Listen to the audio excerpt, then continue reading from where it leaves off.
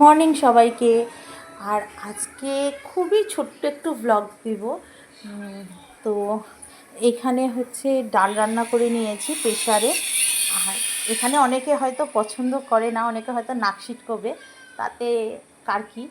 আর এটা হলো শুটকি মাছের একটা সবজি, যেটা আমি খেতে খুব ভালোবাসি, সেই জন্য এটাকে আজকে বানিয়েছি।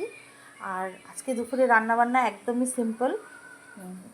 ভাত করে নিয়েছি, আর এখানে ডাল, আর এটা হলো শুটকি মাছের সবজি। আর এখন করছি আমি মাছ, যেহেতু দুপুরবেলায় বেশি কিছু রান্নাবাড়ি করিনি, তো সেহেতু এখন রান্না করছি মাছ। কড়াইটা বসিয়ে দিয়েছি, আর এখন মাছটা ভাজাও বসিয়েছি, আর এইদিকে ভাতটাও ফুটছে।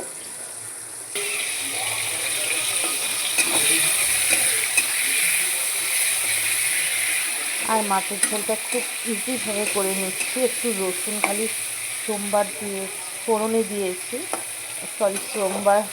সোমবারা বলতে গেলে সবাই হয়তো কিছু বলতে পারে। তো মাছটা হলো রসুন একটু ফোড়ন দিয়েছি, আলুটা ভাজা, আলু আর টমেটোটা একটু ভাজা করে নিয়ে, আজকে সবটাই গুঁড়ো মশলা দিয়ে করব। তো আজকে আর মশলা বাটবো না, শুধু মাছটা করে তারপরে দেখাবো ফাইনাল লুক।